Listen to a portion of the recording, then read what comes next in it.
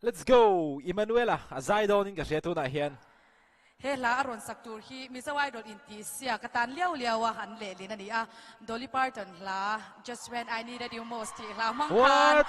round 2 inti sia ki aron khu hong don ani an dui bon ko don sau ve tang wal Emmanuel la rem ruata hi lo so mang u khai o ai de la tan liao liao an le ling om je chu hei hi mizo tro kan voi khat shiat na tur ani wow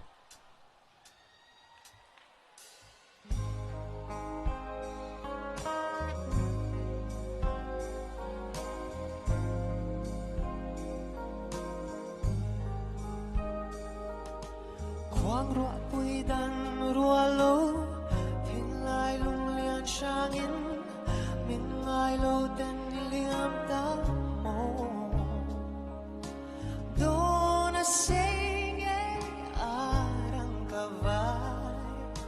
chel din dài reng cơ del thấy lâu nang ai suy lung lê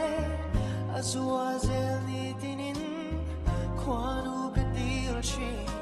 chiama lei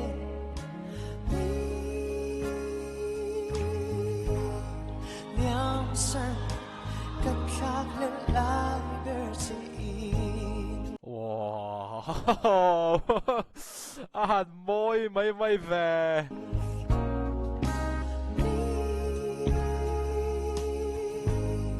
Liam san cất khắc lên lại bertin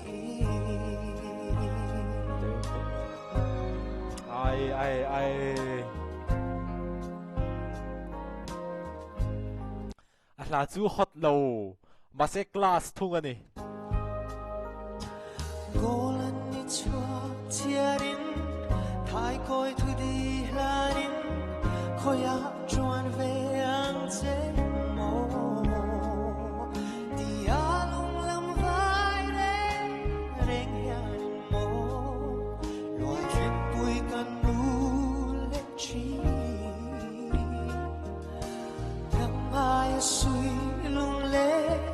Azua zel ni tinin Quando che Dio ci chiama lei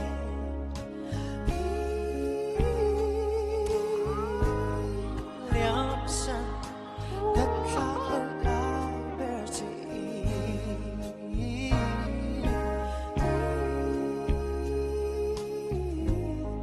Liam san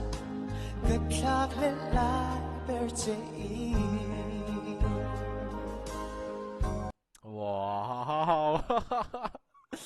tu ge let tu hi le an van let moi ngai wow just when I needed you most it feels like an original song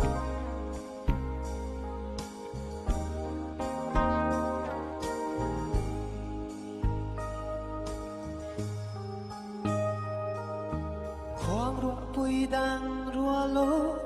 thiên lai lung lian sang in mình ai lâu tên liam ta mô đi a lung lam vai re reng hian mô loài khiếp bụi can nu lên chi nang ai suy lung lê azua zel ni tinin quando che Dio ci chiama lei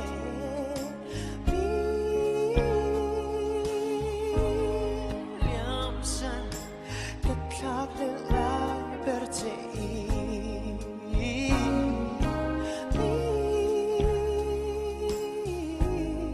Liam san cất khắc lên lại bertin abahan las ve Liam san cất khắc lên lại bertin full mark hey so full mark angai na om lo abahan bon ngai abahan bon ngai ve Emmanuel abahan bui em speechless a zai lai khan mo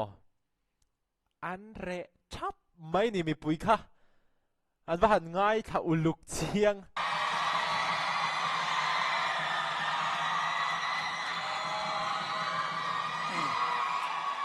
Emmanuel Oya Mizo Idol ina athak lel ber lai che min liam san lo hi kan van lo mem Kalome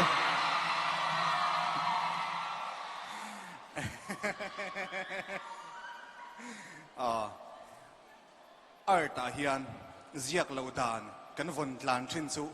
dan om love ti hi ni thina chu dan om love ti chu kan bo chianga kha kha ani dan tur ani Kalome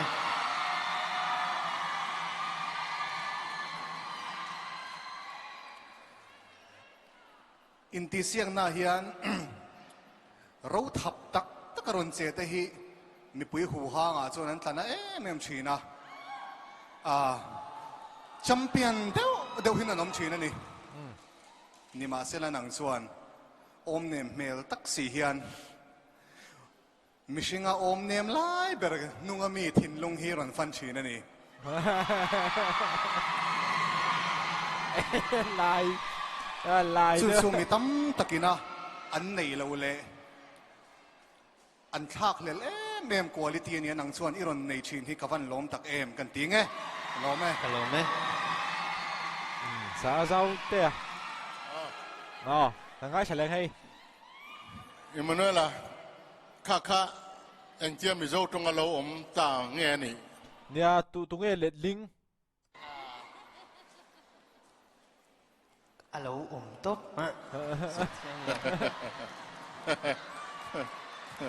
nang man ni let ling nghe in ta tang deu nghe nè Atira chuan ke mang ka khoi ma sabera han di la ka khoi han ti kha moi lo ka shalawa chuan anuwa he athu kha athiam deuh hlek pu chhora ka endik tira chuan anin arem turang in ron thla ka chuan ma chhuan pon min en sak to pa abul tum tu ni sim kha kha pui ka ti thil re nga chuan mo athan chu ati khanin a perfect don chu lo but he initiated it aman bulletin kha poi mo khop mai ama atuya atuma achaka khami rilru le khami boru ka sim kha poi mo tlengsang tur chuan mo tlengsang han ti khanin idol a chau ni lo career music career abo anh ấy chứ nè giải phẫu kan online sắp ra phần này hi kan let ling adik lu tu kan yang kan sa zui vak lo zane na ilharon sakha a lyrics te enin han bel cheng ila lathiam mi te chuanin a that lo an soi thein karinga tuna mai chuanin mi zo hla roa thadeu chu in mang ni chuan alanga chu hla chung changa ni ta sela izai angai nom de renga ma sona tur tam tak inei na chungin itlan hiam lowa zanina I performance po atok veun ka sia tin pakhat kan soila du chu hei zanina idol top 3 finals an khanna hian mizo idol sang ni pasari kan ti trumte sang ni pakwa kan ti trumte artist le musician ho khom tu tin mizo idol la pian theina na keipo min ron som ve wang tu pu te mar zaina ampuna min ron tel puya achunga lom thu kan soya chuan zanina in ti sia kho hi politician ho trong kam taka abiel chunga mi vekten dia aron troi wam cheu ni berin ka thia Kalome Chakop mai kami deha ka shechang athan chu ani pani te hi an trong kam te hi angai nom thi na mo aron comment chakop mai ke ming ana comment tha sa zau te pon ni na comment chelem lo comment tha tia ama lo chu sa zau te hi chu mi fak luam ang chi hi chu ni vak lawa